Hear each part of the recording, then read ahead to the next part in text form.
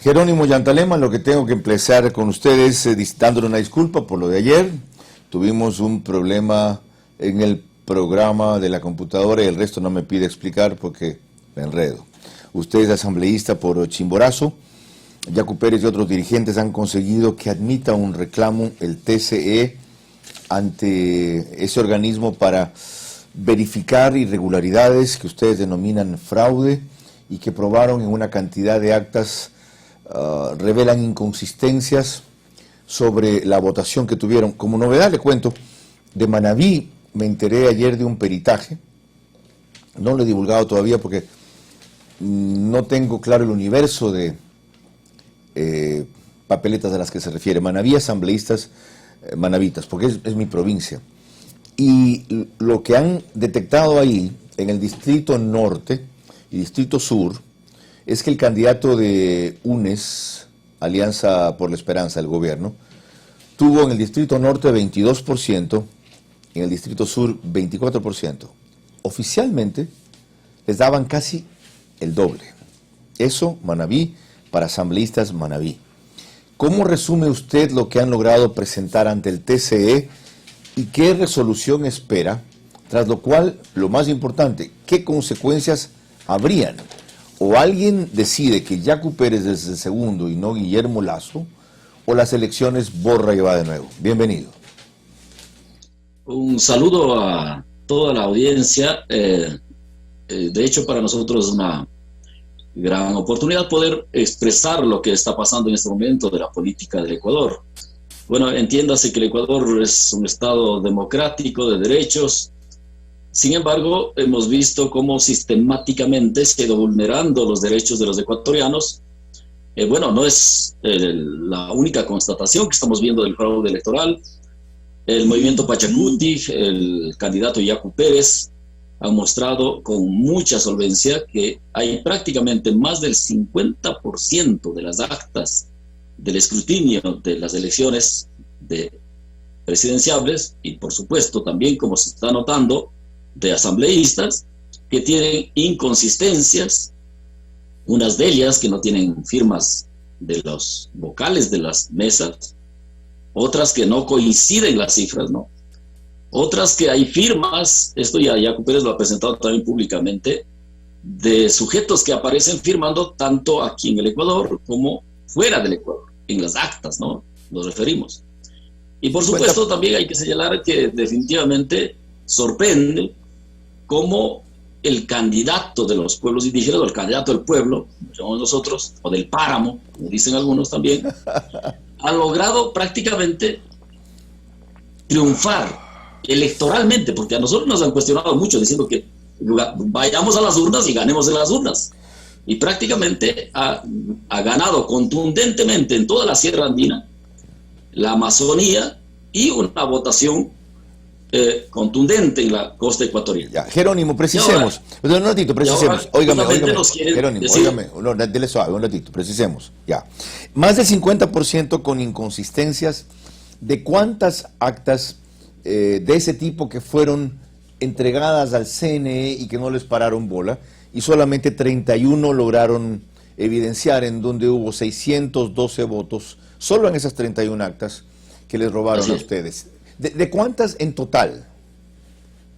Estamos hablando, recuérdese que se presentaron 27.000 actas con inconsistencias. Pero no todas eran de presidente, Jerónimo, habían 11.000 de asambleístas. Así es, así es. Pero eso lo que estamos mostrando es que definitivamente si se lograran hacer reconteo, pero además a esto hay que señalar el acuerdo público del CNE y por supuesto de los candidatos para hacer reconteo, porque aquí no hay, digamos, el mayor drama no es digamos, cuántas actas o menos o más, porque el punto fundamental es la voluntad política de los actores, en este caso del Consejo Electoral, y el contencioso electoral ahora, porque está en la cancha de contencioso electoral, de ir al reconteo. Porque definitivamente en democracia lo que importa al pueblo ecuatoriano es la transparencia. Una vez que no solo Pachacuti, no solo Yacu Pérez ha señalado el fraude electoral y ha señalado con las actas escaneadas que están en el propio sistema del Consejo Electoral. Vamos a la segunda parte. Esto me parece un elemento fundamental en este momento. Vamos a la segunda parte de la pregunta que le hacía. recuerdo que en esos 612 votos que ustedes recuperaban en 31 actas, también crecía la votación de otros. Y había algunas cosas sorprendentes, como que tenía 140 votos el candidato Andrade y no sé cuántos el candidato Montúfar, lo cual no dejó de ser raro. Pero, le decía yo, si se hace el reconteo de todas esas actas, ¿ustedes recuperan suficientes votos como para ser segundos? Así es, queda demostrado, ¿no? Recuérdese que de las 31 no fueron contadas las 31, solamente 28. Extrañamente, algo pasó con el CNE que definitivamente ahí algunas actas no fueron contadas. Entonces, solo eso nos da cuenta de las más de 600 votos que logra recuperar Yacu Pérez, y también los otros candidatos se quedan demostrados, ¿no?, que unos fueron cambiados precisamente a otros candidatos. Lo importante aquí es justamente la transparencia. Ya. Aquí, sigamos. O sea, no es solamente, digamos, estoy de acuerdo con eso. Pérez, estoy de acuerdo con eso. Estoy de acuerdo con eso. Sobre todo estoy de acuerdo en el que CNE asumió ese compromiso, porque por algo hizo de testigo del acuerdo entre Lazo y además lo hizo Yacu públicamente. Pérez. Así es, asumió ese compromiso y luego reculó. La tercera cosa, si al hacer ese reconteo, Yacu es segundo, ¿ustedes proponen que se repitan las elecciones o que sea él el otro finalista? No, o sea, nosotros siempre hemos sido muy demócratas. Por eso hemos dicho claramente, o sea, si el reconteo muestra que Yacu Pérez es el segundo, ahí tendremos definida la segunda vuelta. Ok. Entonces, pero si el reconteo muestra que definitivamente Yacu Pérez llega a tercero, nosotros vamos a ser muy respetuosos a la decisión del pueblo, porque aquí lo que interesa es lo que el pueblo ha decidido en las urnas, no lo que unos cuantos han decidido después de las urnas. Ya, y Jerónimo, ¿qué opina usted de que sean los propios sectores indígenas, los inefables señores Isa y Vargas, quien consideran esto un hecho consumado y a otra cosa mariposa? Bueno, ahora hay que... Bueno, las digamos, opiniones personales son, en el movimiento indígena al menos, son irrelevantes. Lo que cuenta es las decisiones colectivas. Recuérdese que la CONAIE acaba de tener su consejo político ampliado en Bolivia. Y la decisión colectiva de los cientos o miles de delegados era justamente de exigir al contencioso electoral que transparente las elecciones. De no ocurrir esto, o sea, definitivamente van a encontrarse con un pueblo movilizado, en defensa de la democracia, por supuesto. Y esto es lo importante para los pueblos indígenas en este caso y, por supuesto, para el país. Que más allá de las posiciones personales, prevalezca el sentido colectivo y la importancia que tiene la democracia para el país. O sea, no podemos poner en riesgo en este momento la democracia de un país, ¿no es cierto? Cuando podemos, o sea, ponernos de acuerdo, cuando podemos exigir a las funciones del Estado, en este caso al contencioso electoral, que cumpla con la transparentación del voto del pueblo ecuatoriano. Ya, enseguida prosigue la entrevista con Jerónimo Yantalema Caín, quien es Purúa Quichua de la comunidad Senán Cebadas Guamote. Yolanda Torres. Jerónimo es además consultor, investigador, conferenciante y facilitador en aprendizajes comunitarios. Tiene cursos de especialización en desarrollo local en la Universidad Andina Simón Bolívar, de Ciencias Teológicas, en la Universidad Bíblica de San José de Costa Rica. Ciencias Teológicas. ¿Usted es cristiano? Yo soy teólogo. Y también cristiano protestante, ¿no? Qué interesante. Esa parte no sabía. Recuérdese que en Centroamérica está la Universidad Bíblica Latinoamericana, la cual yo estudié también por 4 años. Yo vivía allá en Costa Rica. Esa parte no sabía. Compartí también con pueblos y nacionalidades de Centroamérica, en la cual, o sea, se puede sentir la marginación como los tratan los estados, ¿no? De ahí viene su excelente pronunciación del castellano. Asambleísta fue antes en el periodo 99-2013 y ha sido elegido otra vez por Chimborazo, ¿correcto? No. Yo ahora no soy asambleísta, ¿no? Ex asambleísta. Es ex asambleísta. ¿Qué puesto tiene en el movimiento indígena en la dirigencia, Jerónimo? Bueno, yo actualmente estoy colaborando justamente con el equipo de Yacu Pérez en todo el proceso de la Minga por la vida, ¿no? Este es prácticamente, y por supuesto yo colaboro con la Ecuarunari en todos los procesos de ejercicio de los derechos colectivos y también en todo lo que tiene que ver la preparación, la articulación de los proyectos de ley en cuanto tiene que ver a la defensa de los derechos colectivos. Gracias, yo leí mal el dato. Decía ex asambleísta por Chimborazo, yo fui el que... Así es, ex asambleísta por Chimborazo. Yo me equivoqué. Perdón, 6:23, Yolanda Torres continúa.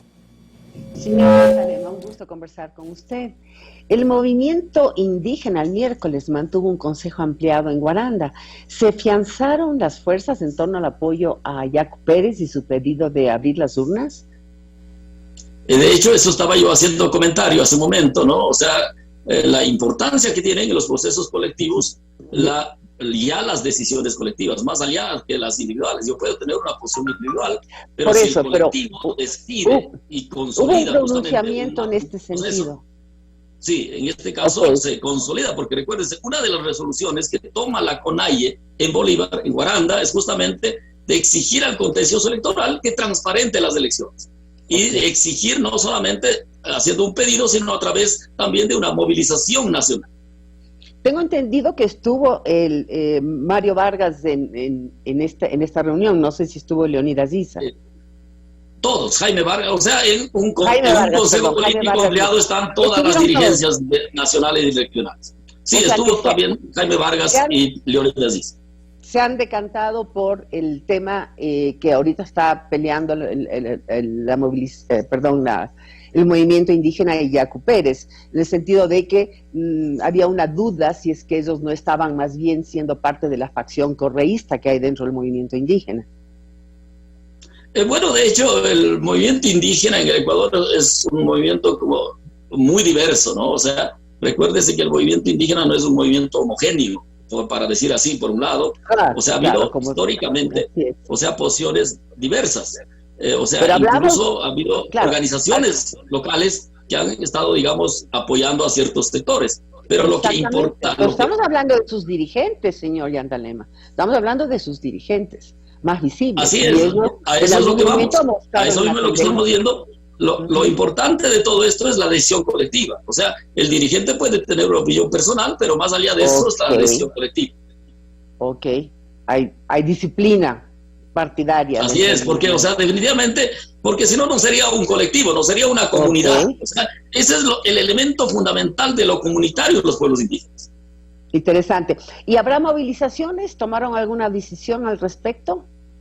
Así es, la misma decisión que toma al exhortar al contencioso electoral señala que de no ser atendidos a esta demanda legítima que está haciendo el movimiento indígena, está haciendo Pachacuti y están haciendo los ecuatorianos y los distintos sectores políticos del Ecuador, definitivamente el movimiento indígena ha señalado que nos veremos obligados a movilizarnos. O sea, eso como una alerta también del riesgo que estaría poniendo a la democracia en el Ecuador.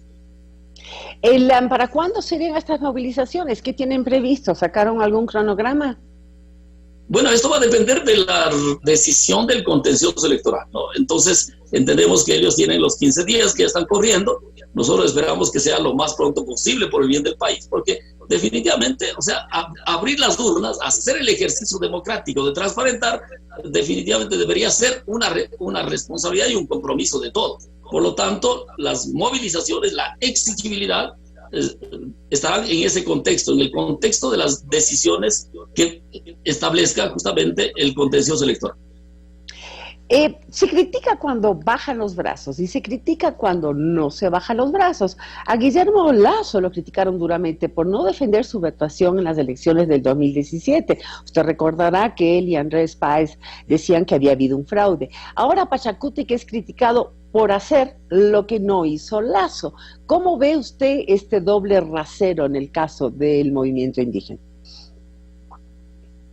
Bueno, en el caso del movimiento indígena hemos visto que prácticamente hay ya ahora una decisión colectiva nacional, o sea, de que vamos a exigir de forma colectiva, la CONAIE en su conjunto, Pachacuti en su conjunto, ese derecho de los ecuatorianos. Ojo, que no es solo del movimiento indígena. Ahora, si Lasso en su tiempo no tuvo la capacidad colectiva para exigir el derecho de los ecuatorianos, eso no es nuestra responsabilidad. Ahora nosotros, como movimiento indígena, recuerde que el movimiento indígena y Pachacuti es una de las fuerzas políticas que mayor capacidad territorial tiene.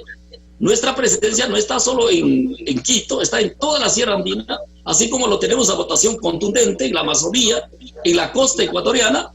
Para nosotros, sin duda, es una gran alegría el saber que en la costa ecuatoriana logramos tener asambleístas. Nunca en la historia tuvimos asambleístas. Sí. Y además también hay que recordar que esta es la primera vez en la historia que el movimiento indígena tiene posibilidades reales para llegar a una segunda vuelta y nos quieren negar justamente después de pasar las urnas. Por eso es que el movimiento indígena y el país no puede cruzarse de brazos frente a este atropello. Destaco algo que usted dijo, que lo importante es lo que el pueblo haya decidido en las urnas. Esto quiere decir que la pelea es, y es así como pienso que debió haberse presentado siempre, que es una lucha por la transparencia, en donde todos nos podemos sumar, no es necesariamente una lucha porque entre a empellones, ¿no? El señor Yacu Pérez. Sin embargo, hay la posibilidad, pregunto, por ejemplo, que Andrés Arauz no hubiera obtenido la cantidad de votos que se le atribuyen, o que hubiera ganado en primera vuelta, por ejemplo, o que Guillermo Lasso tenga una votación mayor, también hay esa posibilidad, incluso que entren Lasso y Yacu. O sea, es este el panorama que tenemos frente a nosotros. Lo importante de todo esto es saber qué fue lo que efectivamente ocurrió. Así es, o sea, ¿cuál fue la voluntad del pueblo que se está pretendiendo vulnerar en este momento?